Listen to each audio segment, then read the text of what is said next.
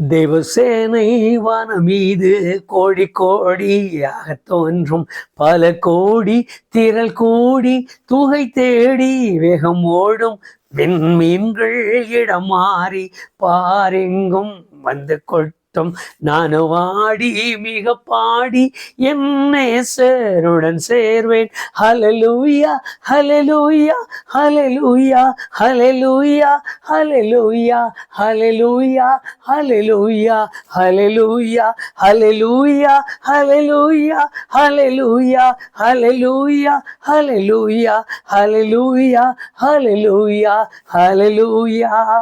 கடல் குமுறும் கரை உடையும் கப்பல் கவிழும் பெரும் நாசம் போக்குவரத்து யாவும் நிற்கும் இனி உலகம் என்பதில்லை வாக்கு மாறா வேதம் கோரும் வார்த்தையாவும் நிறைவேறும். நானும் ஆடி மிக பாடி என் நேசருடன் சேர்வேன். ஹல்லேலூயா ஹல்லேலூயா ஹல்லேலூயா ஹல்லேலூயா ஹல்லேலூயா ஹல்லேலூயா ஹல்லேலூயா ஹல்லேலூயா. இயேசு கிறிஸ்து எனும் இணையற்ற நாமத்தினாலே தேவ சமூகத்தில் சேர்வதற்கு கர்த்தர் கொடுத்த பெரிய கிருபைக்காக நான் மறுபடியும் மனம் திறந்து வாய் திறந்து அவரை துதித்து ஸ்தோத்தரித்து அவருக்கு நன்றி சொல்கிறேன். இன்றைக்கு கூட வாழ்க்கையினுடைய ஒவ்வொரு தரங்களையும் ஒவ்வொரு நாட்களையும் எண்ணி பார்க்கும் பொழுது அடுத்து வருகிற ஆபத்துகள், அடுத்து சம்பவித்துக் கொண்டிருக்கிற சம்பவங்களை எண்ணும் பொழுது என்ன செய்வதென்று தெரியாமலும் புலப்படாத காரியமாக நிற்கிறதை எனக்கு உலகம் முழுவதும் அறிந்து வேதனைப்பட்டு கலங்கி கொண்டிருக்கிற ஒரு சூழ்நிலையை நம்மால் உணர முடிகிறது, அறிய முடிகிறது. ஆனால் தேவனுடைய பிள்ளைகள் என்று சொல்லும் பொழுது விசேஷித்த விதமானவர்கள் என்பதையும் நாம் ஒரு நாளும் மறந்துவிடக்கூடாது. தேசம் என்ன விதமாய் மாறினாலும், உலகம் என்ன விதமாய் தன் காரியங்களை மாற்றிக்கொண்டாலும், நடைமுறைகள் எத்தனை பெரிய வித்தியாசமானவைகளாய் காணப்பட்டாலும், கர்த்தரை மாத்திரம் நம்பி இருக்கிற பிள்ளைகளுடைய நம்பிக்கையும் விசுவாசமும் உறுதியுள்ளதாய் நிற்க வேண்டும் என்பதுதான் இந்த வேதம் நமக்கு கொடுக்கிற அறிவுரையாகும். காரணம், எத்தனை காலங்களானாலும் அல்லது என்ன சூழ்நிலைகள் நடந்தாலும், எப்படிப்பட்ட சந்தர்ப்பங்கள் நமக்கு மாறுகிறதாய் மாறினாலும், நம்மை ஆட்கொண்டவர் நம்மை கண்ணோக்குகிறார் என்கிற அந்த வேத வசனத்தை நம்முடைய நினைவிற்கு இன்றைக்கு நாம் கொள்ள வேண்டும். சங்கீதம் 102வது சங்கீதத்தில் 20வது வசனத்தை நம்முடைய மனதிற்குள் கொண்டு வாருங்கள். தமது பரிசுத்த வாசஸ்தலத்தில் இருக்கிற தேவன் மனுபுத்திரன் மேல் கண்ணோக்கமானார் என்று எழுதியிருக்கிறது. இந்த வார்த்தை மிகவும் நேர்த்தியான ஒன்று மாத்திரமல்ல, இந்த வார்த்தை எத்தனை உண்மையானது என்பதும், அதோடு கூட அவர் கண்ணோக்கம் வைத்தார் அல்லது கண்ணோக்கினார் என்று சொன்ன பின்பு அதில் அவர் காண்கிற எந்த விதமான சங்கடத்தையும் மாற்றுவதற்கு மனதுருக்கம் உள்ளவராய் இருக்கிறார் என்பதையும் நாம் நினைவிலே கொள்ள வேண்டும். மற்ற தெய்வங்கள் என்று சொல்லுகிற விஷயத்தில் குறையும் நிறையும் அல்லது மற்றவர்களை குறித்து நமக்கு எந்த சிந்தனையும் வேண்டாம். நாம் நம்பி இருக்கிற நம்முடைய தேவனுடைய மகத்துவங்களை மாத்திரம் நாம் எண்ணி பார்க்க நாம் முழுமையாய் அர்ப்பணித்து கொடுத்தாலே போதும். அதற்குள் இருக்கிற காரியங்கள் ஜீவனுக்கு கொண்டு போகும் என்று எழுதியிருக்கிறது. தேவனுடைய வார்த்தை ஆராய்ந்து பாருங்கள், அவைகளால் உங்களுக்கு நித்திய ஜீவன் உண்டு என்று எழுதியிருக்கிறதே என்று இயேசு அதை சுட்டி காட்டினதை நம்முடைய நினைவிற்கு கொண்டு வருவோம். என்று மனுஷன் மேல், பூமியின் மேல், அவரை நம்பி இருக்கிற பிள்ளைகளின் மேல் கண்ணோக்கமானாராம். நான் கண்ணோக்கமாய் இருந்த ரெண்டு சம்பவங்களை இன்றைக்கு நம்முடைய நினைவிலே நாம் கொண்டு, ஆண்டவரே என்னை நினைத்தருளும் என்று சொல்லி நாமும் கூட அதே அனுபவத்தில் அவருடைய சமூகத்தில் இருக்கிற கிருபைகளை பெற்றுக்கொள்ள தேவனுடைய ஆவியானவர் இன்றைக்கு நமக்கு கிரியை செய்யும்படியாக அந்த வேத வசனங்களை வாசித்து பாருங்கள்.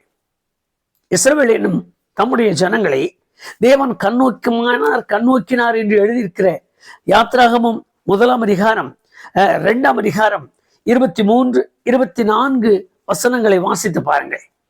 கர்த்தர் அவர்கள் மேல் கண்ணோக்கமானார் என்று எழுதியிருக்கிறது. அவர்கள் தவித்ததையும், அவர்கள் துக்கப்பட்டதையும், அவர்கள் வேதனை அனுபவித்ததையும், அவருடைய சங்கடமான காரியங்களையும் என்று நாம் இதற்கு அடுத்த முந்தைய அதிகாரத்தில் வாசிக்கலாம். ஆனால் தேவன் கண்ணோக்கமானார், இஸ்ரவேலின் மேல் கண்ணோக்கமானார். வேதத்தில் எழுதியிருக்கிற காரியங்கள் ஆபிரகாம், ஈசாக்கு, யாக்கோபு என்பவர்களை அவர்களை நினைவு கூர்ந்தார். யாக்கோபினுடைய குடும்பம் எகிப்திற்கு போனதை நினைவு கூர்ந்தார். தம்முடைய பிள்ளைகள் அங்கே நிற்கிறார்கள் என்பதை நினைவு கூர்ந்தார். அவர் சொன்ன வார்த்தையை வாக்குத்தத்தத்தின் நாட்கள் முடியும் வரைக்கும் கொஞ்சம் பொறுமையாய் காணப்பட்டார். அந்த நாட்களின் இடையில் ஏற்பட்ட இந்த நெருக்கங்கள் தான் ஏராளமாய் இருந்தது என்பதை இஸ்ரவேலரும் புரிந்து கொள்வார்கள். வாசிக்கும் பொழுது நாமும் நம்முடைய உள்ளத்திலே மிகவும் அங்கலாய்க்கிறோம். வேதத்தில் எழுதியிருக்கிற அந்த வார்த்தைகளை மறுபடியும் நினைவிற்கு கொண்டு வாருங்கள். யாத்திராகமம் 2ஆம் அதிகாரம் 23வது வசனத்தில் தவித்தார்கள் என்று, முறையிட்டார்கள் என்று எழுதியிருக்கிறது. 24வது வசனத்தில் அவர்கள் பெருமூச்சு விட்டு அலறினார்கள் என்று எழுதியிருக்கிறது. இந்த 2 வார்த்தைகளையுமே கொஞ்சம் நம்முடைய உள்ளத்திற்குள் கொண்டு வாருங்கள். தேவ ஜனங்கள் ஆசீர்வாதத்தை மாத்திரம் தேடுகிறோம். எங்கெல்லாம் ஆசீர்வாதம், எங்கெல்லாம் ஆசீர்வாதத்தின் வார்த்தைகள், எங்கெல்லாம் ஆசீர்வாதத்தின் காரியங்கள் இருக்கிறது, அதை மாத்திரம் தேடி ஓடுகிறோம். அதில் விசேஷமாய் இப்பொழுது நடக்கிற காரியங்களை எண்ணி பார்க்கும் பொழுது தேவனுடைய ஆவியானவரின் வெளிப்பாடுதல் எப்படி இருக்கிறது என்று சொல்லுவதற்கில்லை. ஞாயிற்றுக்கிழமை நாட்கள் எல்லா இடங்களிலும் ஆராதனை இருக்கிற இடம், எல்லா ஆலயங்களிலும் ஆராதனை. சின்ன சின்ன சபைகள் என்று நான் பெரிய காரியங்களை சொல்லவில்லை. கிராமத்திற்குள்ளாக ஒன்றும் இல்லாத இடங்களுக்குள்ளாக நுழைந்து பாருங்கள். வீடுகளை வாடகைக்கு எடுத்து கொஞ்சம் பேர் கூப்பிட்டு இருக்கிற அந்த சின்ன இடத்திற்குள்ளாக அவர்களையும் வைத்து ஆராதனை செய்து கொண்டிருக்கிற ஊழியர்கள் எத்தனையோ பேர். இப்படிப்பட்ட ஆராதனை நாட்களில் தான் நமக்கு மிகவும் நெருக்கமான, நமக்கு மிகவும் உயர்ந்த நிலையில் இருக்கிற பெரிய ஊழியர்கள் என்று சொல்லுகிறவர்கள் ஒரு இடத்திலே ஒரு கூட்டத்தை கூட்டி விடுகிறார்கள். ஆராதனை நடப்பதே கொஞ்சம் பேராய் வைத்து நடத்துகிற அந்த போதகர் ஆராதனை நாட்களில் வெறுமையாய் மாறிவிடுகிறார். எல்லாம் அந்த கூட்டத்தில் கூடி விடுகிறார்கள். பெரிய ஊழியர் வருகிறார், அவருடைய வார்த்தையை கேட்க வேண்டும் என்று. இப்படி போவதால் இங்கு இருக்கிற சபையினுடைய காரியங்கள் எப்படி இருக்கும் என்று எண்ணி பாருங்கள். இவைகள் எல்லாம் எப்படி தரிசனங்கள், எப்படி சொப்பனங்கள், எப்படி இவர்களுக்குள்ளாக இப்படிப்பட்ட எழுப்புதல்கள் என்று இன்னமும் அறிய முடியாமல் இருக்கிற தவிக்கிற நேரம் இது. விசுவாசி தடுமாறுகிறார். எங்கு போகலாம், என்ன செய்யலாம், எந்த ஆராதனைக்கு போகலாம், அங்க போகலாமா, இங்க இருக்கலாமா, அங்க செய்யலாமா, அப்படி இப்படி நொந்து உடைந்து கொண்டிருக்கிறது போலத்தான் அன்றைக்கு தவிக்கிறார்கள். ஆறுதல் கிடைக்காதா, சமாதானம் கிடைக்காதா? தேவன் பேசினாரே, தேவன் ஆபிரகாமுக்கு சொன்னாரே, வாக்கு கொடுத்திருக்காரே, எப்பொழுது இங்கிருந்து விடுதலை ஆக்குவார்?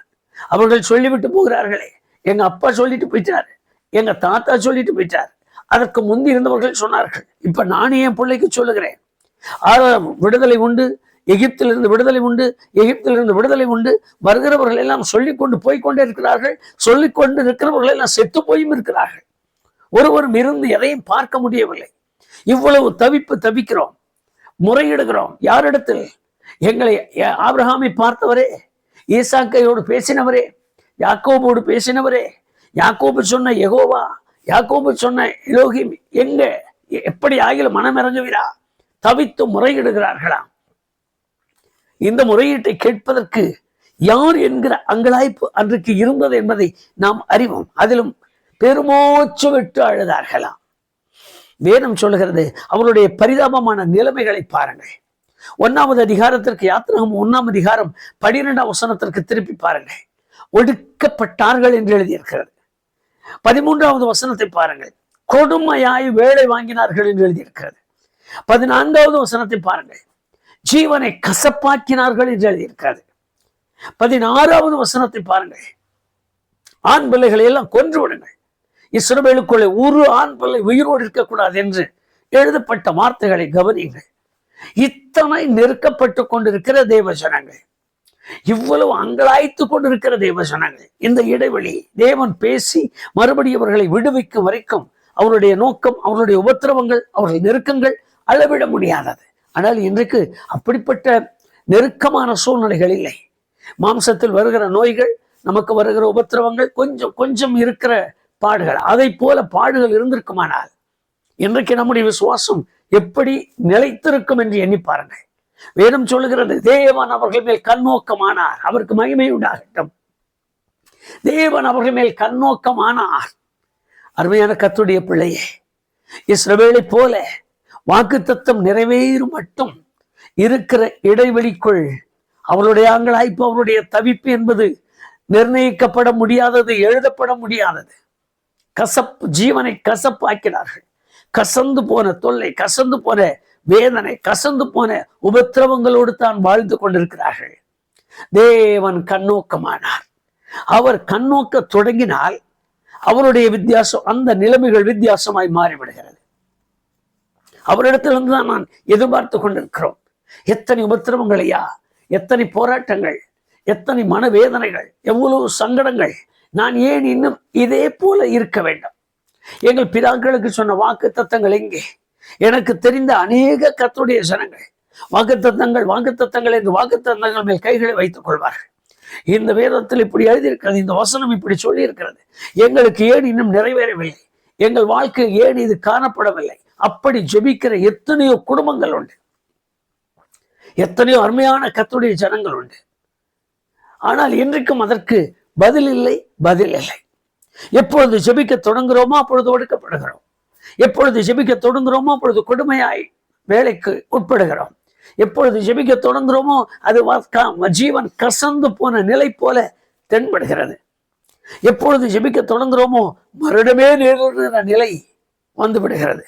ஆகவே தான் இன்றைக்கு விசுவாச காரியங்களில் போராட முடியவில்லை, விசுவாசத்தில் உறுதியாய் நிற்க முடியவில்லை. இப்படிப்பட்ட அங்கலாய்ப்பு உள்ள அருமையான கர்த்தருடைய பிள்ளைகளுக்கு தான் இந்த வேதம் இன்றைக்கு தெளிவாய் சொல்லுகிறது. தாவீது சொன்னார் 102வது சங்கீதம் 20வது வசனத்தில், தமது வாசஸ்தலத்தில் இருக்கிற தேவன் பூமியின் மேல் கண்ணோக்கினார் என்று. கண்ணோக்கமானார். அருமையான கர்த்தருடைய பிள்ளையே, இஸ்ரவேலனை போலவே நீங்கள் நம்முடைய வாழ்க்கையிலும் கூட இதே நெருக்கம், இதே போராட்டம், இதே ஒடுக்கம், இதே கசந்த அனுபவங்கள், சாவதை தவிர நல்ல வழி இல்லை என்று சொல்லுகிற எண்ணங்கள், எப்பொழுது என் வாழ்வு முடியும், எப்பொழுது நான் மடிந்து போகலாம், எப்பொழுது நான் இந்த ஜீவன் இருந்து என்ன பிரயோஜனம், நான் இப்படி மட்டும் வாழ்ந்து எதை சாதிக்க போகிறேன், இப்படி எல்லாம் மனதிற்குள்ளாக ஒவ்வொரு நாளும் எண்ணங்களை உருவாக்கி வாழ்ந்து கொண்டிருக்கிறேன். அருமையான தாய் தகப்பன், அருமையான சகோதரன் சகோதரிகள், என கேட்டுக்கொண்டிருக்கிற அருமையான தேவனுடைய ஜனங்கள், இன்னும் உள்ளத்திற்குள் இப்படிப்பட்ட கசப்பான இப்படிப்பட்ட சூழ்நிலைகள் வைத்துக் கொண்டு இருப்பீர்கள். ஆனால் இன்றைக்கு ஒருவேளை உங்கள் இருதயங்களை நேராக்குங்கள். தேவன் உங்கள் மேல் கண்ணோக்கம் ஆவார். அவர் கண்ணோக்கம் ஆனார் என்று சொன்னாலே எல்லாமே வித்தியாசமாய் மாறிவிடத் தொடங்கும். அழுகை நிறுத்தப்படும், ஒடுக்கம் நிறுத்தப்படும், பிரச்சனைகளுக்கு ஒரு முற்றுப்புள்ளி வைக்க நீங்கள் வேதத்தில் வாசிக்கலாம். நான் இன்னொரு வேத பாகத்தையும் உங்களுக்கு நினைவுபடுத்துகிறேன். லேவியராகமம் 26ஆம் அதிகாரம் 9வது வசனத்தில் பாருங்கள். அங்கு இவைகளை கண்ணோக்கின தேவன் அவர்களுக்கு ஒரு வாக்கு கொடுக்கிறார். எப்பொழுது அவரை நம்பி அவருக்கு பின்னால் வந்த பின்பு, அவரை நம்பி அவருடைய வார்த்தைகளுக்கு முழுமையாய் அர்ப்பணித்த பின்பு, அவர் மேல் வைத்திருக்கிற நம்பிக்கையிலே வெளியேறி என்ன நடந்தாலும் சரி என்கிற ஒரு உணர்வோடு கூட வெளியே வந்த பின்பு, 40 நாளில் நடக்க வேண்டிய பட்டணத்தை ஊரை 40 வருஷம் சுற்ற வேண்டியது நிலை வந்தாலும், நான் அவருக்கு பின்னால் அவர் என்னை கூப்பிட்டு இருக்கிறார், அவருக்கு பின்னால் நான் போவேன் என்கிற மனப்பக்குவம் ஆன பின்பு, நீங்களும் உங்கள் பிள்ளைகளும் உங்கள் குழந்தைகள் எல்லாம் புறப்பட்டு இந்த ராத்திரியிலே புறப்பட்டு போங்கள் என்று சொல்லும் பொழுது நம்பிக்கையுள்ளவர்களாய் வெளிப்படும் வரைக்கும் கர்த்தருக்கு மகிமையுண்டாகட்டும். யோசியுங்கள், கொஞ்ச நேரம் சிந்தியுங்கள். சிந்திக்க தொடங்கினாலே பிரசன்னத்தின் மேன்மை நம்மை ஆட்கொள்வதற்கு முற்றிலுமாய் அது நம்மை உள்ளே கொண்டு போகும். ஆகவேதான் தேவ ஜனத்திற்கு நாங்கள் சொல்லிக் கொடுக்கிற ஒரே ஒரு வார்த்தை, உங்கள் விசுவாசத்தை, மிகுந்த தைரியத்திற்கு ஏதுவான உங்கள் விசுவாசத்தை விட்டு விடாதிருங்கள் என்று எழுதியிருக்கிறது. எபிரேயர் 2ஆம் அதிகாரம் 18வது வசனத்தை வாசித்து பாருங்கள். அவர் சோதிக்கப்பட்டார், அவர் இவைகளை எல்லாம் அனுபவித்தார். ஆகவே அப்படிப்பட்ட நிலையில் இருக்கிறவர்களுக்கு அவர் உதவி செய்யவும் வல்லவராய் இருக்கிறார் என்று எழுதியிருக்கிறது. உதவி செய்ய வல்லவராய் இருக்கிற அவரே நமக்குள் இருக்கும் பொழுது நீங்களும் நானும் ஏன் அங்கலாய்க்க வேண்டும் என்கிற ஒரு கேள்வியை கேட்டு பாருங்கள். நீங்களும் நான் ஏன் புலம்ப வேண்டும் என்ற கேள்வியை கேட்டு பாருங்கள். சர்வ வல்லவர் என்னோடு இருக்க, சர்வ வல்லவர் எனக்குள் இருக்க, சர்வ வல்லவர் என்மேல் கண்ணோக்கமாய் இருக்க, நான் ஏன் அங்கலாய்க்க வேண்டும்? அந்த ஒரு வரியை கேட்டு பாருங்கள். சாவுக்கு ஏதுவான கசந்து போன ஆட்கள் தான் கண்மலையிலிருந்து தண்ணீர் வருகிற அடையாளங்களை கண்டார்கள். மிகவும் ஒடுக்கப்பட்டவர்கள் தான் சுதந்திர பாகத்திலே சுற்றி திரிய தொடங்கினார்கள். மிகவும் வேத வசனத்தை வாசித்து பாருங்கள். ஆண் பிள்ளைகளை எல்லாம் கொன்று விடு என்று சொல்லி பெற்ற பிள்ளைகளை எல்லாம் சாக கொடுத்த அருமையான தாய் தகப்பன்மார்தான் இங்கு மனம் போல பெற்றெடுக்க தொடங்குகிறார்கள். யாரும் தடுப்பதற்கில்லை, யாரும் நிறுத்துவதற்கில்லை. ஒரு பக்கத்தில் பெருமூச்சு விட்டு அழுகிறவன் தான் இன்றைக்கு வானத்திலிருந்து எந்த வேலையும் செய்யாமல் காலையிலிருந்து மாலை வரைக்கும் அவன் மனம் போல புசிக்க, மனம் போல விளையாட, மனம் போல ஓட, மனம் போல நடக்க, வானத்திலிருந்து தானியம் விழுகிறது, பொறுக்குகிறான், வசதிக்கு சாப்பிடுகிறான், அமர்ந்திருக்கிறான். இதை செய்யத்தக்கதான ஒரு சந்தர்ப்பத்தில் தேவன் தம்முடைய பிள்ளைகளை கண்ணோக்கமானாரா. எனக்கு அன்பான கர்த்தருடைய பிள்ளையே, மனக்கசப்பு, மனவேதனைகள் நம்முடைய உள்ளங்களை உடைக்கலாம். உண்மையாய் விசுவாச வாழ்க்கைக்கு அடியெடுத்து வைத்த பின்பு போராட்டங்கள் அதிகம் என்பதை போல நாம் உணர முடியும். நெருக்கம் அதிகம் என்பதை போல உணர முடியும். கஷ்டங்கள் அதிகம் என்பதை உணர முடியும். இந்த விசுவாச வாழ்க்கையை சரியாய் ஓட்ட முடியுமா என்கிறதை அறிய முடியும். ஒரே வீட்டுக்குள்ளாக எத்தனை விதமான நெருக்கங்கள் இருக்கும். ஒரு மகன் அடுத்து அடுத்து அவனுக்கு ஒரு வியாதி, இவனுக்கு ஒரு வியாதி, அவனுக்கு ஒரு தேவை, இவனுக்கு ஒரு தேவை.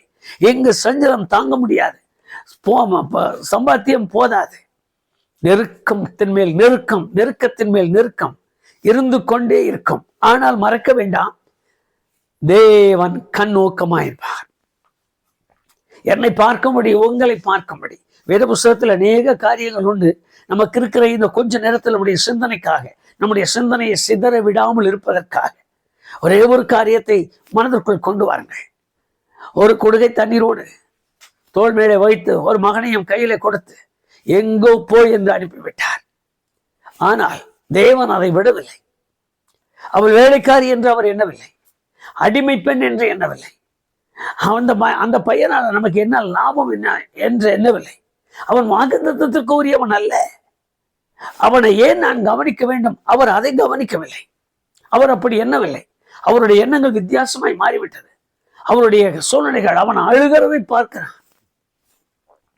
அழுகுரல் கேட்டவுடன் இவரால் தாங்க முடியவில்லை. கூப்பிடுகிறார், என்னாச்சு? உங்களுக்கு நினைவிருக்கும் என்று நம்புகிறேன். என்னை கேட்டுக்கொண்டிருக்கிறேன் அன்பு சகோதர சகோதரிகளே, இதே அனுபவத்தில் தான் தேவன் நம்மையும் கொண்டு செல்ல விரும்பி இருக்கிறார். ஒருவேளை நம்முடைய அனுபவங்கள் இஸ்ரவேலை போல, இஸ்ரவேல் மக்களை போல இருக்குமானால் சோர்ந்து போக வேண்டாம். இந்த ராத்திரியில் என்னுடைய பெருமூச்சை கேட்பதற்கு, என் தவிப்பை பார்ப்பதற்கு அவர் என்மேல் கண்ணோக்கமாய் இருக்கிறார். மறவாமல் உங்கள் இருதயங்களை ஸ்திரப்படுத்துங்கள், உங்கள் உள்ளங்களை ஸ்திரப்படுத்துங்கள். நாம் வேத வசனத்தில் வாசித்து பாருங்கள். லேவியராகமம் 26:9 அங்கு கண்ணோக்கமானார் என்று எழுதின வார்த்தையினுடைய நிறைவேற்றத்தை பார்க்கிறோம். எங்கு கண்ணோக்கமானார், கர்த்தர் அவர்களை கண்ணோக்கினார், கர்த்தர் அவர்களை பார்த்தார் என்கிற அர்த்தத்தில், கர்த்தர் அவர்களை விசாரித்தார், கர்த்தர் அவர்களை கடாட்சிக்க தொடங்கினார் என்கிற அர்த்தத்தில் எழுதின அந்த வார்த்தைக்கு அங்கு ஒரு முடிவு வருகிறது பாருங்கள். உங்களை பழுகவும் பெருகவும் செய்யவும், உங்களோடு கூட திட்டமான ஒரு உடன்படிக்கை செய்யவும் உங்கள் மேல் கண்ணோக்கமா இருக்கிறேன் என்று சொன்னார். அந்த வார்த்தையை வாசித்து பாருங்கள். எத்தனை பரவசம் கொள்ள வேண்டிய வார்த்தை. ஒரு புறத்தில் நெருக்கங்கள், ஒரு புறத்தில் சாவு, ஒரு புறத்தில் ஒடுக்கம், ஒரு புறத்தில் கசப்பு, ஒரு புறத்தில் தவிப்பு, ஒரு புறத்தில் முறையீடு, ஒரு புறத்தில் பெருமூச்சு. ஆனால் அடுத்த புறம் வேதத்தில் எழுதியிருக்கிறது, உண்மையில் நான் கண்ணோக்கமா இருக்கிறேன், உண்மையில் நான் கண்ணோக்கமா இருக்கிறேன். எதற்காக? உன்னை பழுக பண்ணுவதற்காக. எங்கெல்லாம் எத்தனை பிள்ளைகளை சாக கொடுத்தார்களோ உங்கள் பிதாக்கள், எத்தனை பிள்ளைகளுக்கு அவன் எடுத்து கொன்று போட்டானோ, எத்தனை ஆண் பிள்ளைகளை கொல்லும்படி உத்தரவிட்டானோ, அதற்கு பதிலாக பழுக பண்ணும்படி எந்தெந்த இடத்தில் உன்னை ஒடுக்கி, உன்னை வெளியே வராதபடி உன் ஜீவனை கசப்பாக்கி உன்னை ஒரே இடத்தில் உட்கார வைத்து நாசம் பண்ணினானோ, அதற்கு பதிலாய் உன்னை பெருக பண்ணும்படி. இது ரெண்டு இல்லாமல் இனி இப்படிப்பட்ட சூழ்நிலை உனக்கு வரக்கூடாது என்பதற்காக திட்டமாய் திடனாய் ஒரு உடன்படிக்கை உன்னோடு செய்வதற்காக கண்ணோக்கமாய் நிற்கிறேன் என்கிறார். கர்த்தருக்கு மகிமை உண்டாகட்டும்.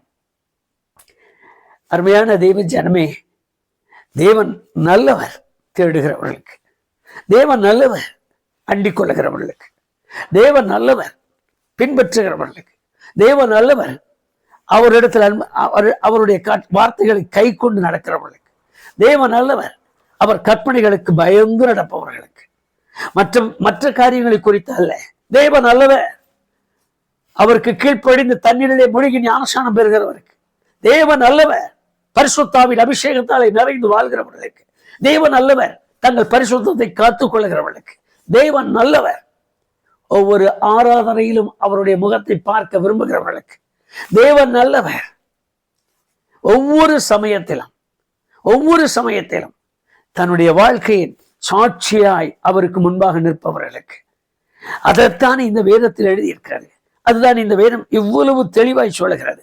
உன்னோடு ஒரு உடன்படிக்கை செய்ய போகிறேன், உன்னை கண்ணோக்கமாயிருக்கிறேன், உன் அங்கலாய்ப்பு உன் வேதனைகளை பார்த்து உன்மேல் கண்ணோக்கமானேன், இனி இப்படி நடக்காது என்று உன்னோடு கூட உடன்படிக்கை செய்ய போகிறேன், இனி இப்படி ஆகாது என்று உன்னோடு உடன்படிக்கை செய்ய போகிறேன். அவர் நல்லவர். கலக்கத்திலும் கண்ணீரிலும் மனவேதனையிலும் மரண வேதனையிலும் சஞ்சலப்பட்டு கொண்டிருக்கிற எனக்கு அன்பான கர்த்தருடைய பிள்ளையே, என்றென்றைக்கும் நல்லவராயிருக்கிற தேவன், என்றென்றைக்கும் நல்லவராயிருக்கிற தேவன், எப்பொழுதும் நல்லவராகவே காணப்படுகிறவர், பழுக பண்ணி பெருக பண்ணி உடன்படிக்கை செய்யும்படியாக எதிர்பார்த்து கொண்டிருக்கிறார். நான் எந்த விதத்தில் அவரை சேவிக்கிறேன், நேசிக்கிறேன். உங்களுடைய ஆழமான உணர்வு தேவனுடைய சமூகத்தில் எப்படி இருக்கிறதுன்னு மாத்திரம் பாருங்கள். கை கொள்ள மனதில்லாமல், கை கொள்ள முடியாமல், அவருடைய சமூகத்தை நாட தெரியாமல் அவரை குறை சொல்லி கொண்டிருக்கிற அனுபவங்கள் அல்ல. அவரிடத்தில் கிருபைகளை பெற்றுக்கொள்ளும்படி கரத்திலே மறுபடியும் எங்கள் மேலும் கண்ணோக்கமாயிரும் என்று சொல்லி கேட்கலாமா? கண்களை மூடுவோம். சர்வ பூமிக்கும் ஆண்டவராயிருக்கிற எங்கள் தேவனாய் கர்த்தாவே, உமது சமூகத்தை நோக்கி நாங்கள் பார்க்கிறோம். வேதத்தை திறந்தோம். கண்ணோக்கமானார், தேவன் கண்ணோக்கினார் என்று எழுதின அந்த அனுபவத்தை நாங்கள் எங்கள் மனதிற்குள் கொண்டு வருகிறோம். ஒடுக்கப்பட்ட, நெருக்கப்பட்ட, கொடுமையை அனுபவித்துக் கொண்டிருந்த, சாக தன் பெற்ற பிள்ளைகளை சாக கொடுக்கிற, ஜீவன் கசந்து போய் இனி நான் வாழ்ந்து என்ன பிரயோஜனம் என்கிற அங்கலாய்ப்பான நிலையில் சாவதற்கும் அவன் விடுவதில்லை, உயிரோடு நிற்பதற்கும் விடாதபடி நெருக்கப்படுகிற அனுபவத்தில் இருந்த அருமையான உம்முடைய பிள்ளைகளை நாங்கள் நினைவு கூர்ந்தோம். உம்மை நோக்கி முறையிட்டார்கள் என்று எழுதியிருக்கிறது. அவர்கள் உம்மை நோக்கி முறையிட்டார்கள் என்று எழுதின அந்த வார்த்தையை நாங்கள் நினைக்கிறோம். ஆண்டவரே, இன்றைக்கும் இதே அனுபவத்தில் எங்கெல்லாம் கர்த்தருடைய பிள்ளைகள், உம்முடைய நாமம் தரிக்கப்பட்ட உம்முடைய ஜனங்கள் உம்மை நோக்கி தங்கள் வேதனைகளை, தங்கள் உபத்திரவங்களை, தங்கள் நெருக்கங்களை, தங்கள் போராட்டங்களை, தங்களுக்கு இருக்கிற கஷ்டங்களை, தங்களுக்கு இருக்கிற நோய்களை, தங்களுக்கு இருக்கிற வியாதி கொடுமைகளை, ஆண்டவரே மருத்துவர் சொல்லிவிட்டார் இனி இது ஆகாது, முடிந்தது என்று சொல்லுகிற அந்த நிலையில் இருக்கிற சூழ்நிலையில் உம்மை நோக்கி யார் முறையிடுகிறார்களோ முறையிடுகிறவர்கள் மேல் கண்ணோக்கமாயிருப்பீராக, முறையிடுகிறவர்களின் சத்தத்தை கேட்பீராக. வேதம் அப்படி சொல்லுகிறது, நீர் கண்ணோக்கம் ஆனீர் என்று. இப்படிப்பட்ட நிலையில் கண்ணோக்கம் நீர் கொஞ்சம் கவனம் வைத்ததால் அவர்களை விடுவித்து அவர்களை கொடுத்த மேன்மையை நாங்கள் நினைக்கிறோம், அற்புதங்களை நினைக்கிறோம், அவர்கள் கண்ட அதிசயங்களை நினைக்கிறோம், அவர்கள் பார்த்த மகத்துவங்களை நினைக்கிறோம், அவர்களுக்கு முன் சென்ற அக்னி ஸ்தம்பங்களை, மேக ஸ்தம்பங்களை நினைக்கிறோம், அவர்களுக்கு முன் சென்ற தேவதூதனை நினைக்கிறோம். வேதம் சொல்லுகிறது போல அவர்கள் எதிரிகளுக்கு முன்பு சென்ற கொலுவிகளை நினைக்கிறோம். அன்பரே, சத்துருக்களோடு போரிடும்படி தேவனுடைய வல்லமை இறங்கி ஆட்கொண்டதை நினைக்கிறோம். கல்மலையை நினைக்கிறோம், அவர்கள் மேல் விழுந்த அக்னியை நினைக்கிறோம். இவைகள் எல்லாம் எங்கள் பினாக்கள் கண்ட மேன்மையானவைகள் என்று நாங்கள் உணர்கிறோம். இவைகள் எல்லாம் எங்கள் பிதாக்கள் கண்ட அற்புதமானவைகள் என்று உணர்கிறோம். அவருடைய பெருமூச்சு நிமித்தம், அவர்களுடைய பாடுகளின் நிமித்தம், அவர்களுடைய முறையீடுகளின் நிமித்தம் அவர்களை விடுவித்து உம்முடைய பலத்த கையினாலே தாங்கினது மாத்திரமல்லாமல் அவர்களுக்கு கொடுத்த வாக்குத்தத்தங்களை நினைக்கிறோம். உங்களை பழுக பண்ணுகிறேன், பெருக பண்ணுகிறேன், உங்களோடு இனி இந்த உபத்திரவம் இருக்காது என்று உடன்படிக்கை செய்கிறேன் என்று சொல்லி இருக்கிறீரே, அந்த வார்த்தைகளை நினைக்கிறோம். இன்றைக்கு கூட குடும்பமாய் மனவேதனையோடு கூட என்ன செய்வதென்று தெரியாமல் தவித்துக் கொண்டிருக்கிற உம்முடைய பிள்ளைகள் யாரானாலும் சரி, ஆண்டவரே உம்மை நோக்கி அவர்கள் பார்த்ததால், உம்மை நோக்கி அவர்கள் பேசும் பொழுது, உம்மை நோக்கி முறையிடும் பொழுது தயவாய் கேட்பீராக.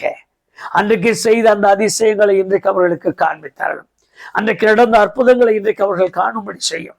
அன்றைக்கு நடந்த அதே பெரிய காரியங்களை இன்றைக்கு இவர்களுடைய வாழ்க்கையிலே இவர்கள் அனுபவிக்கும்படி செய்தார்கள். உம்முடைய பிள்ளைகள் உண்மையிலே பலன் கொண்டு வாழ்வதற்கு, உம்முடைய பிள்ளைகள் உண்மையிலே பலன் கொண்டு நிற்பதற்கு, உம்முடைய பிள்ளைகள் உண்மையிலே பலன் கொண்டு ஆச்சரியமாய் வாழ்வதற்கு, சாட்சியாய் வாழ்வதற்கு நீர் அவர்களுக்கு இரக்கம் காண்பியும். அவர்கள் இருதயத்தை ஸ்திரப்படுத்தும். யாருடைய ஆவி முறிந்திருந்தாலும், யாருடைய உள்ளம் உடைந்திருந்தாலும், யாருடைய இருதயத்தில் பலனற்று போயிருந்தாலும், ஆண்டவரே யாரெல்லாம் இனி எனக்கு ஏன் ஏன் ஏன் என்கிற கேள்வியோடு கூட, எப்படி இனி வாழ்வது என்கிற கேள்வியோடு கூட யார் அமர்ந்திருந்தாலும், எங்கள் தேவனாய கர்த்தாவே இந்த உம்முடைய வாக்குகள் அவர்களை ஆறுதல் படுத்தட்டும். அவர்களை போல சோதிக்கப்பட்டிருக்கிறீர் என்று உம்மை குறித்து எழுதின வார்த்தையை நாங்கள் வாசித்தோம். ஆனால் உதவி செய்ய வல்லவராய் இருக்கிறீர் என்கிற வார்த்தையும் அதற்குள்ளாக நாங்கள் சேர்ந்து வாசித்திருப்பதால் எந்த ஜனங்கள், எந்த பிள்ளைகள் ஆண்டவர் இப்படிப்பட்ட நெருக்கத்தில் இருந்தாலும் இந்த நிமிஷத்தில் அவர்கள் அங்கலாய்ப்பு உம்மிடத்தில் வந்து எட்டட்டும். அவர்கள் துக்கம் உம்மிடத்தில் வந்து எட்டட்டும். அவர்கள் வார்த்தைகளை நீர் கேட்டு, அவர்கள் ஜெப சத்தத்தை கேட்டு அவர்களுக்கு இரக்கம் காண்பியும். உம்முடைய தயவு அவர்கள் மேல் இருக்கட்டும். அன்றைக்கு இஸ்ரவேலின் மேல் கண்ணோக்கமாய் இருந்தவர் இன்றைக்கு உம்முடைய பிள்ளைகள் மேல் கண்ணோக்கமாய் இருக்கிறீர் என்று அவர்கள் அறிந்து, எங்கள் தேவன் எங்கள் மேல் கண்ணோக்கமாய் இருந்து எங்களை இப்படி செய்தார் என்று மற்றவர்கள் கேட்கிற சாட்சியின் அனுபவங்கள் உம்முடைய பிள்ளைகளின் வாழ்க்கையில் உருவாகும்படி நீர் செய்தரலும். உண்மையாய் அவர்களை நீர் சந்தித்திருக்கிறீர் என்று கர்த்தாவே அவர்கள் அறிந்து கொள்ளத்தக்க வெளிப்படையான அற்புதங்களை அவர்கள் காணும்படி செய்யும். வெளிப்படையான அதிசயங்களை அவர்கள் காணும்படி செய்யும். வெளிப்படையான மகத்துவம் உள்ள செயல்கள், அவர்கள் வாய் விட்டு வெளியே சொல்லத்தக்க சாட்சி நிறைந்த அனுபவங்கள் அவர்கள் வாழ்க்கையில் உருவாகும்படி செய்யும். உன்னதமான மகிமை இரவும் பகலுமாய் அவர்களை சூழ்ந்து கொள்ளட்டும். கர்த்தருடைய கரம் எங்களோடு இருக்கிறது என்கிற அந்த ஆழ்ந்த நம்பிக்கை அவர்கள் உள்ளத்தில் உருவாகட்டும்.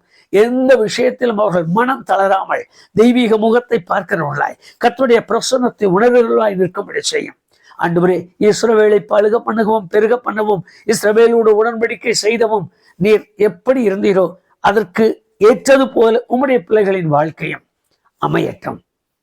உமக்கேற்ற பரிசுத்தர்களாய், உமக்கேற்ற பக்திமான்களாய், உமக்கேற்ற தெய்வீக மகிமை நிறைந்தவர்களாய் நிற்க அவர்களை சீர்படுத்தும், ஸ்திரப்படுத்தும், நிலைப்படுத்தி உமக்குள்ளாக பத்திரமாய் காத்துக்கொள்ளும். இயேசு கிறிஸ்து என்னும் விலையேறிய நாமத்தினாலே தாழ்மையாய் ஜெபிக்கிறேன் பிதாவே. ஆமென், ஆமென். இஸ்ரவேலை சீர்படுத்தி, ஸ்திரப்படுத்தி, நிலைப்படுத்தி அவர்களை தமது மகத்துவமுள்ள கிருபைக்குள்ளாக மறைத்து இரவும் பகல் அவன் மேல் கண்ணோக்கமாயிருந்து பாதுகாத்த நல்ல ஆண்டவர் உங்களையும் பாதுகாத்து நடத்தி ஆசீர்வதிப்பாராக. ஆமென், ஆமென்.